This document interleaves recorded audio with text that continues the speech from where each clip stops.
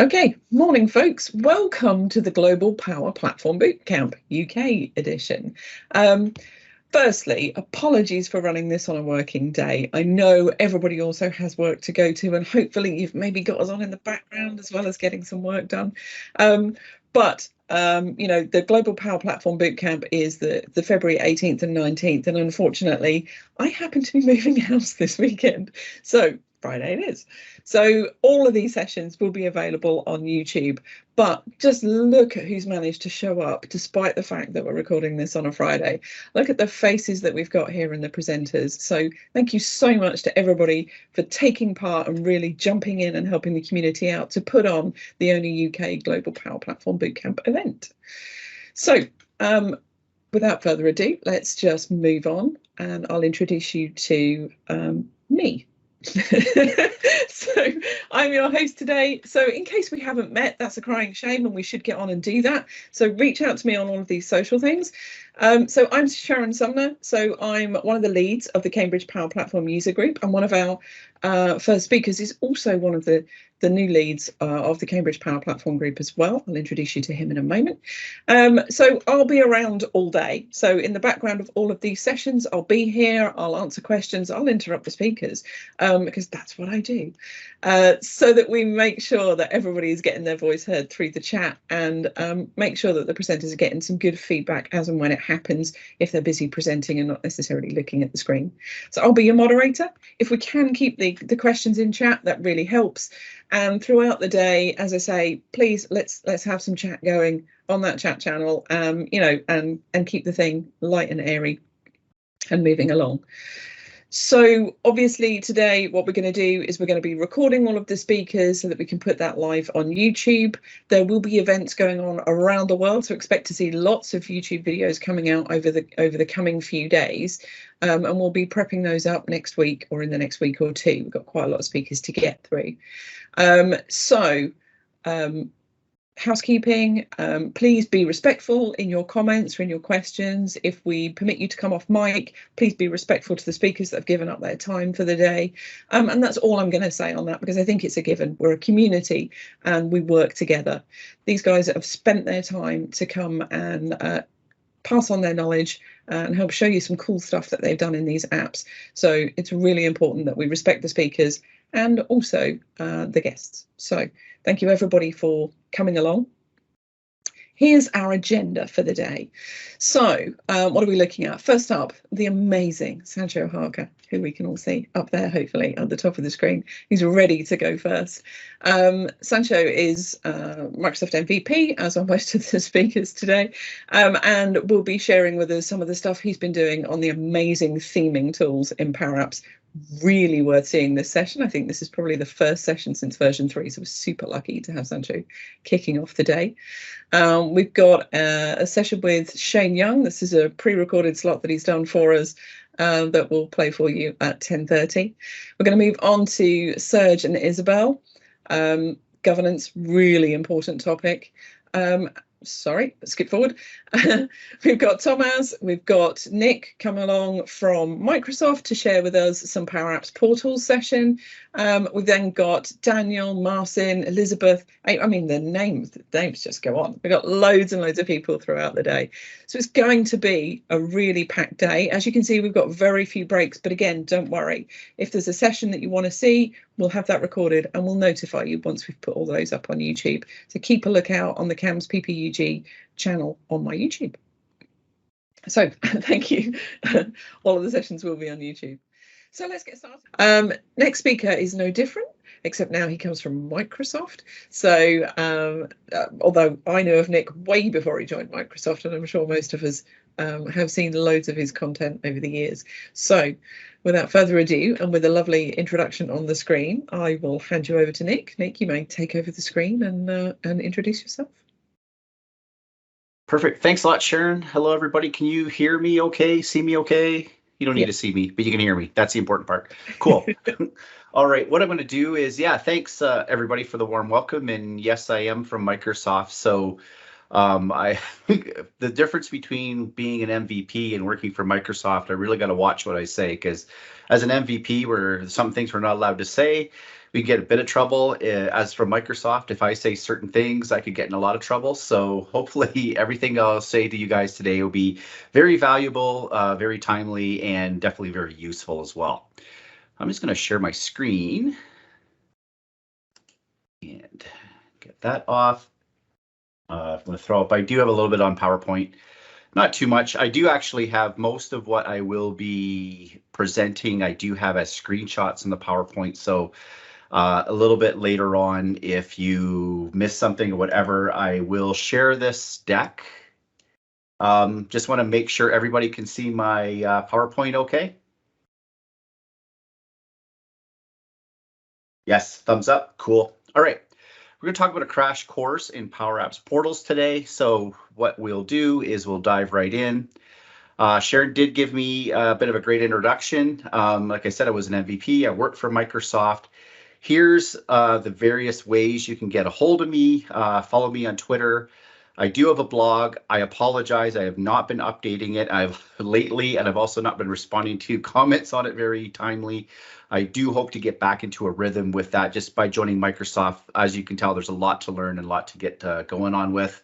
Connect with me on LinkedIn. If you do, just reach out and say, hey, I saw your session on Global Power Platform Bootcamp, just so I know where folks are coming from. I will throw this deck up on GitHub as well. And yeah, also check out Microsoft Docs because definitely in the portals, because that's my area. So that's what I'm responsible for. I help the PMs with the content as they push it on there. So anyways, enough about me. Let's talk about what we all came here for.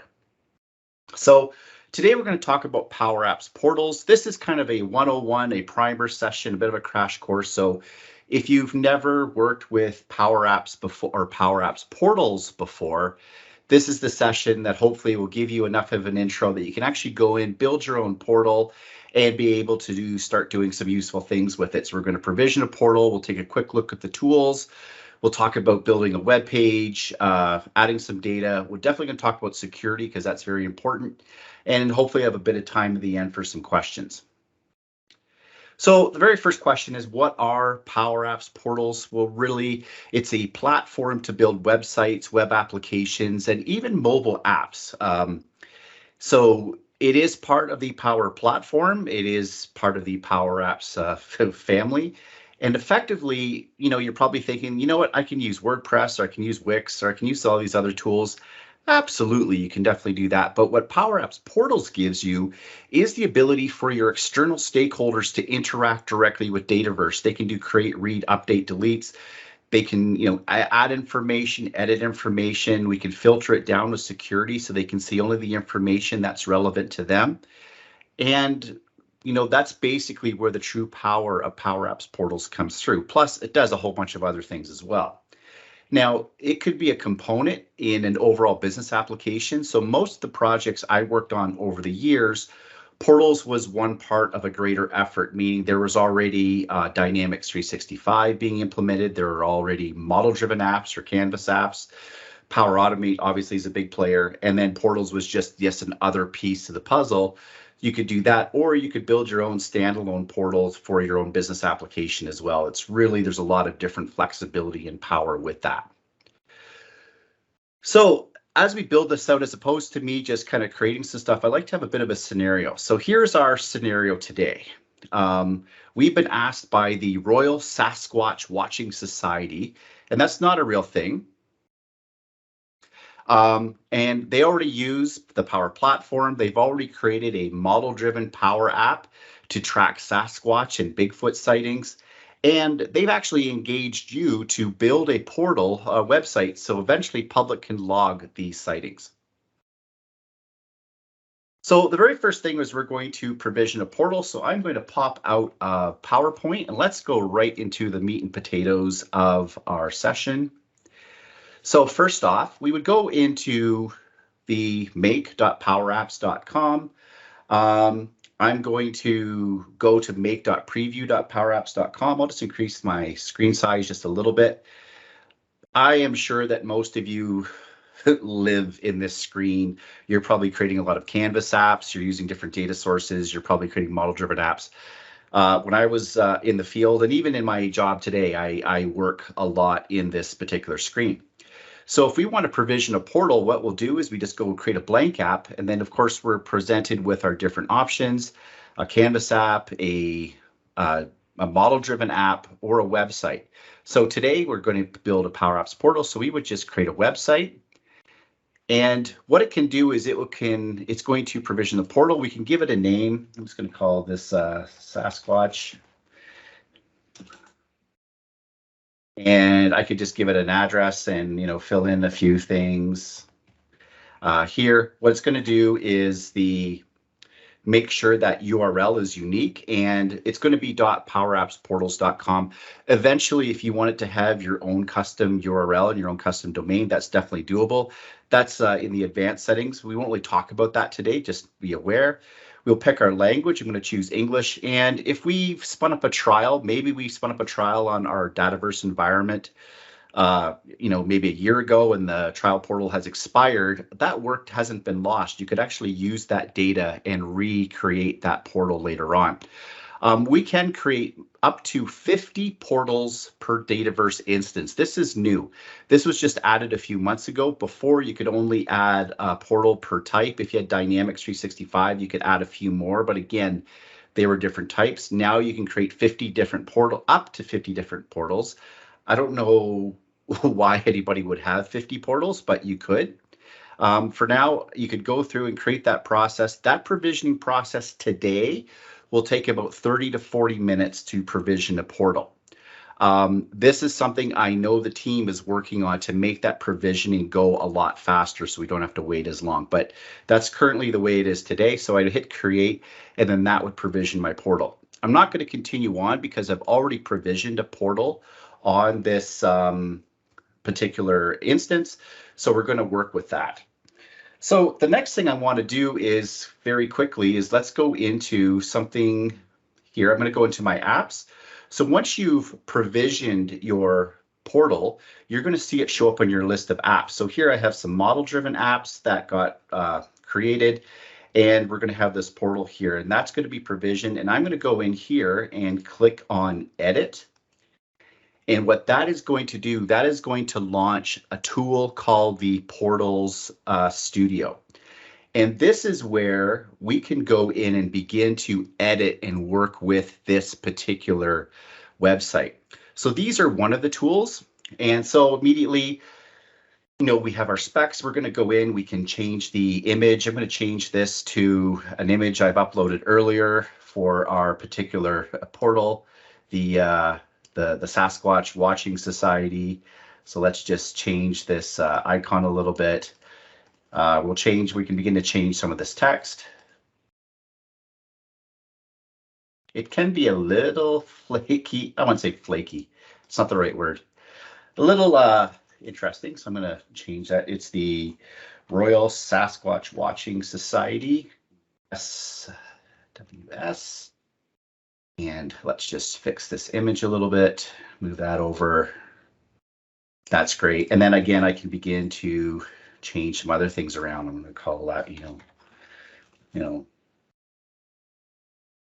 Royal Sasquatch Watching Society. And I can begin to fill out all of this stuff. And with this particular interface, I can begin to design the web page and change some things. I can change the background image. I can upload an image. I'm going to go for my downloads. I probably have one here. That's going to upload that particular image. That's going to load that into Dataverse. All of the configuration that we're doing is actually stored in Dataverse, in the Dataverse tables. So I've created this. It's got a background. Doesn't look the best, but we'll work with it for now. So we've gone in and we've created we've modified our home page. Let's take it a step further. Let's create a brand new page. I'm just going to pick a blank layout to start with. And what this is doing, it's creating a web page record in the Dataverse tables. So we've created that web page. Now I can go in and begin to add content to that. So I'm going to add a text, and I'm just going to put in basically about Sasquatches, and what I'll do is I'm going to go and add another 2-column section here. I can add, let's add an image. Go and upload an image. Let's just go to my desktop. I had one earlier. Let's load this. Actually, this guy's good. I'm going to load that image. And then here, let's add a bit of text. And I have some text I've already copied from another site.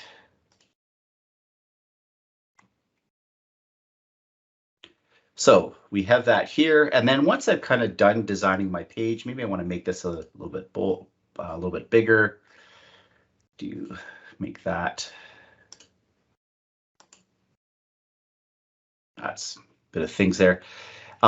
Now, I know some of you have worked with websites before, and you're probably like, oh, that's great, but I really want to fine tune the HTML and the different CSS and things like that. You can definitely do that. There is a code editor down here. And what that will do is that will give me my HTML, so I can actually begin to modify that if I want to fine tune things and change the layout and whatnot. I'm not going to do too much of that, just keeping an eye on our timing as well.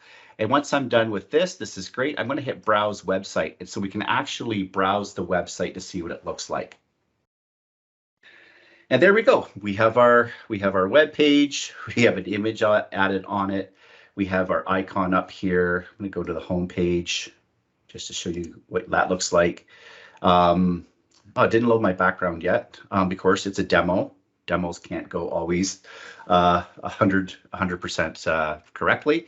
So anyways, we've actually created our website. So probably some of you are thinking, wow, that's great. We can do that in Power Platform.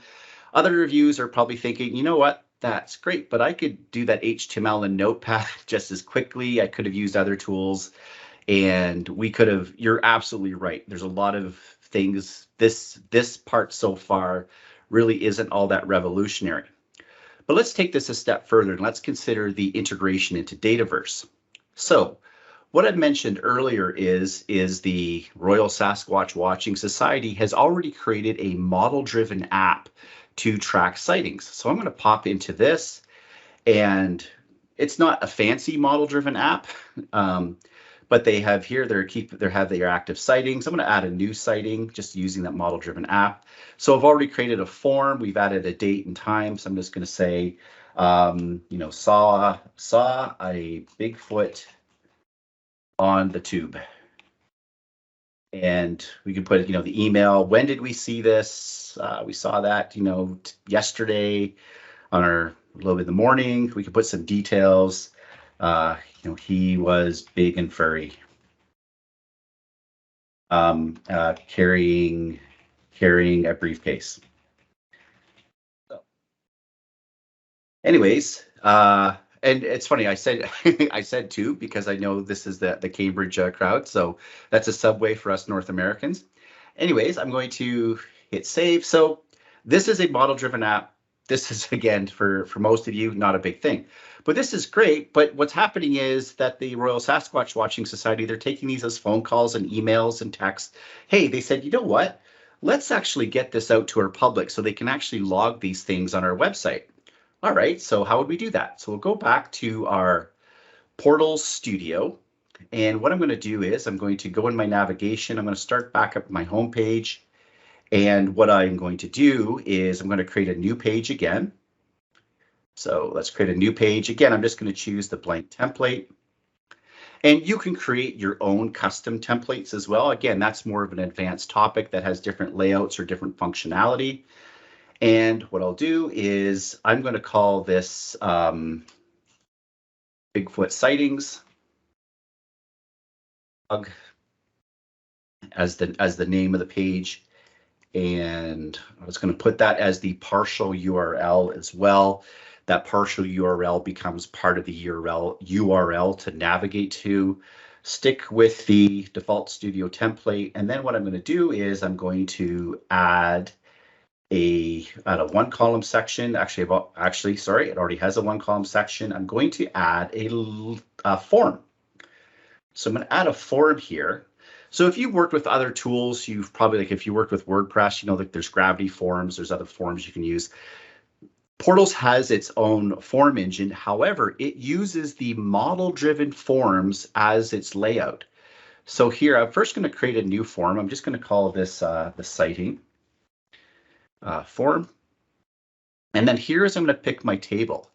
This is where we have our Dataverse tables, so we can tie into Dataverse. Now, a common question is, oh, can we tie to other data sources? Well, no, not directly. Portals actually utilizes Dataverse. You could utilize like things like dual write and virtual tables as well.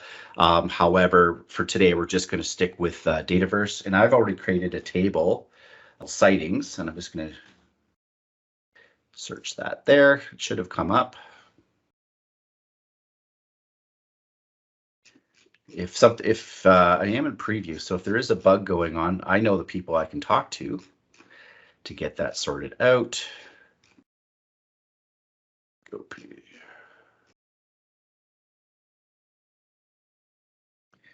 Nick, while you're just searching for that, there is a question that you could answer probably off the top of your head.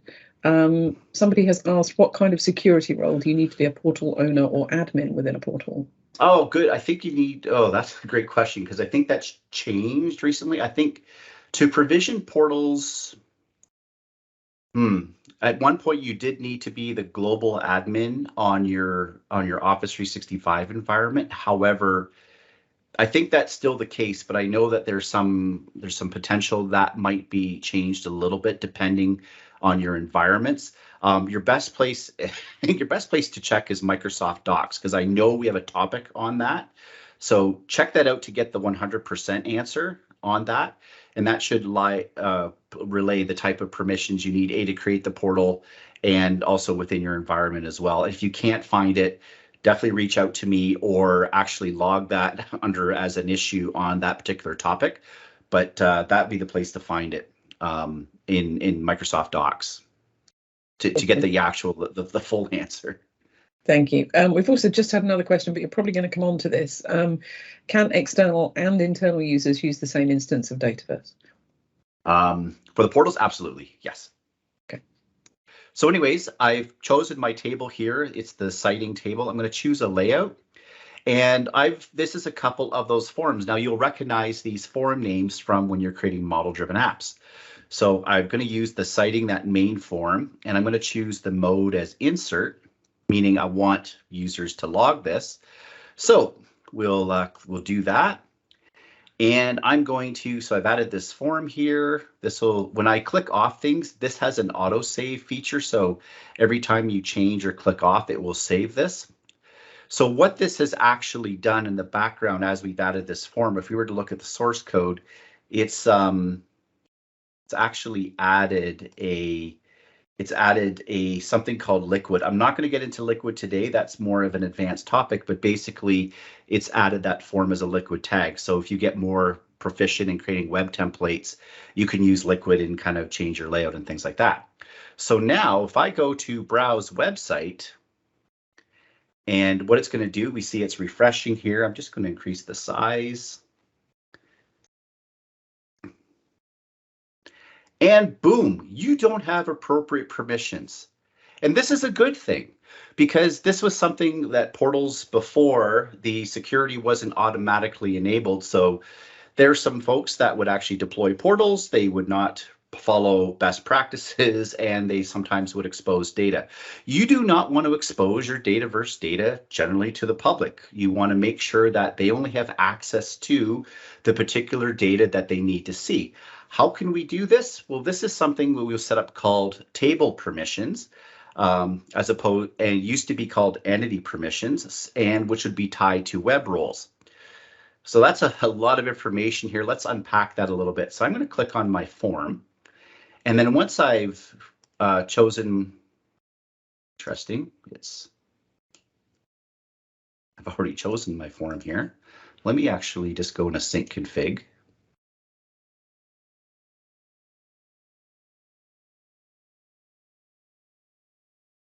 Here, so I have my form. I'm going to scroll down, and we have this section within the Portal Studio called Table Permissions. I'm going to open that up. And this is where we can begin to configure the permissions to our portal. So I'm going to add a new permission to allow people from the public to add to that citing table. So I'm going to say, just call that citing for now. It can give it any name. It's really for you to help manage that. I'm going to pick the table again.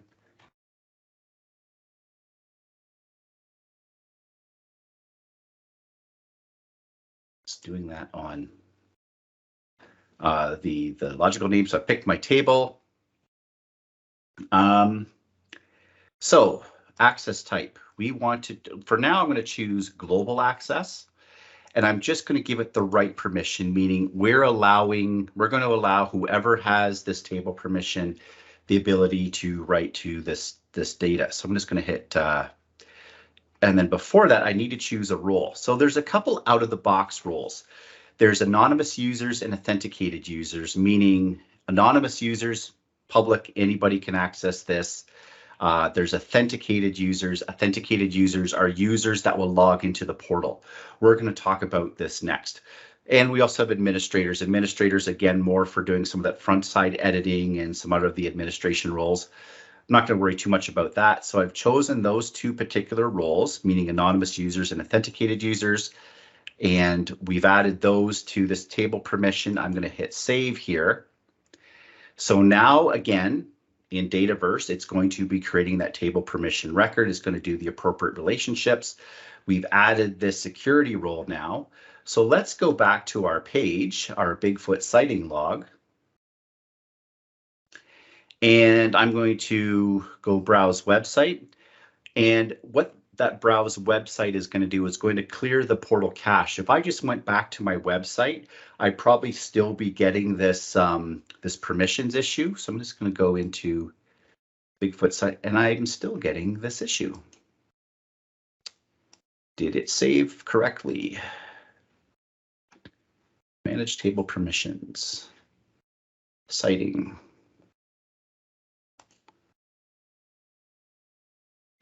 Global access. I have right. I don't have create. My mistake. I'm not sure if anybody caught that. So I need to give this create permissions. So I'm going to hit save. And let's try that again and go back to my Bigfoot sighting page. And I'm going to go in and browse this website. So this is going to refresh.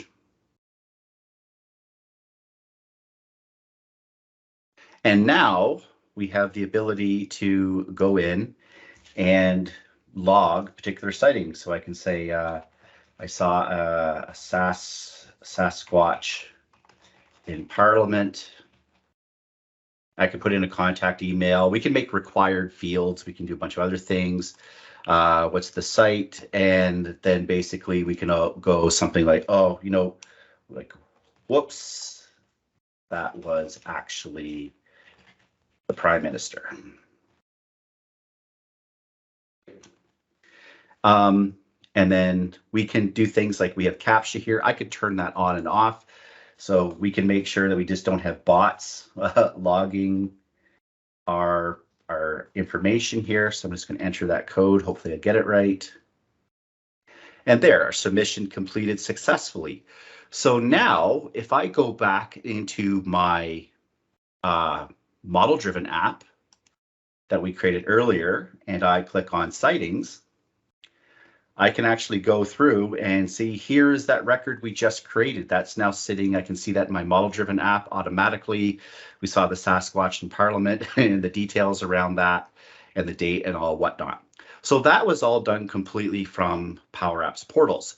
So we can take this a step further because we want to actually have authenticated users as well. I just want to check, Sharon, do I have 30 minutes or 45? You're on until 1:30, so you've got about 6 minutes left. Okay, so let's wrap this up quickly. So that's great. When we're creating our portal here, this was anonymous users, but maybe we want authenticated users. So what I can do I can do a sign in here. And there's where we can register. So we can have people from the public go in and create an account. What this is going to do is going to create a contact within Dataverse.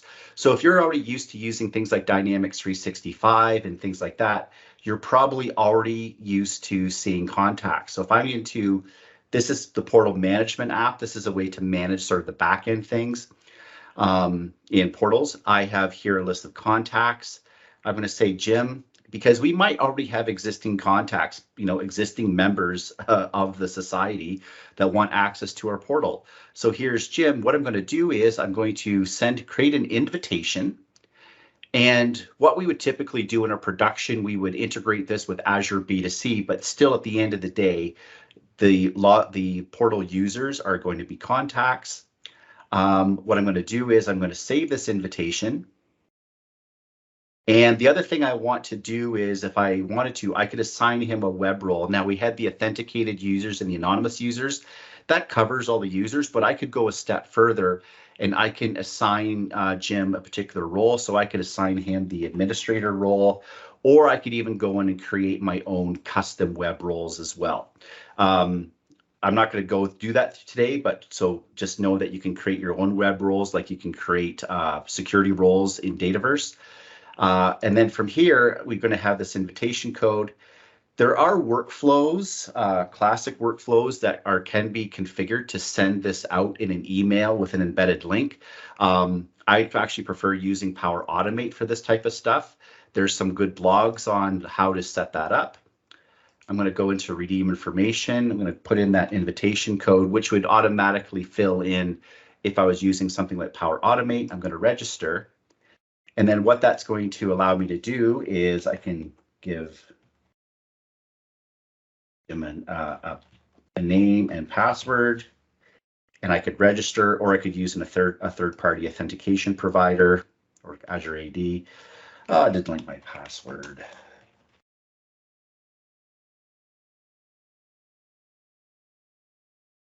Register now.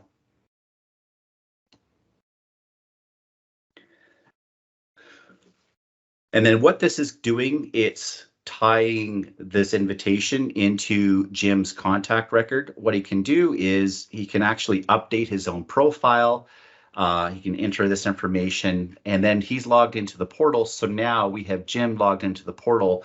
What I could do is take this a step further and actually pre-fill in things like his contact information, so we actually know where these sightings are coming from, and then we could tie Jim in too. So again, security authentication is very important in Power Apps portals.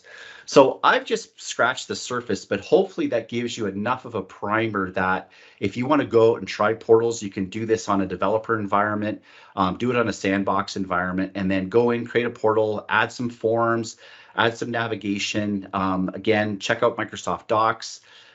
We have all the information there, and we're constantly improving it. So definitely try out Power Apps portals, and use that as another tool in your toolbox for building business applications. So I think I actually have 2 minutes left for questions. Was there any other questions that I missed or in the chat window? No, I don't think there's anything in the chat window, Nick. We had the security role question, external users we covered. So if anybody's got anything they want to pop in the chat right now. I did see Daniel posted the link about the data leak there. So again, I want to reiterate that Power Apps portals is secure. There was some changes about getting the security kind of turned on by default. There never was something that was hackable. What it really was a configuration setting that I think anybody implementing portals, any portal that I've worked on, we would have done automatically. However, it's particularly around OData. Now, I've done some sessions on this as well, but suffice it to say, it was a bit of an issue. Again, Microsoft has now doubled down on security on portals, so that's why when we created that form, we immediately got that nope, you're not allowed. So, anyways, definitely there should be going forward no concerns on security. Perfect, thank you, and thanks, Daniel, for bringing that up. Has anyone ever told you that you sound a lot like Phil Spencer? I like that. No. Okay, and we have another session coming up later from Elizabeth talking about web page customization. So hopefully she's going to take this a little bit further for you later as well on the Power Portals side of things. So thank you so much, Nick. And it's always great to have a Microsoft speaker here to officially represent. And again, some great information shared there, and who isn't looking for Sasquatches, right? So Now we know how we can report them. So thank you so much for taking your time and for joining us on this full day of sessions. We've got very few breaks throughout the day, so just a quick thank you, and really thanks, Sharon. Thanks, everyone. Okay, so hopefully in the background we have the next speaker, who is the lovely Daniel Christian.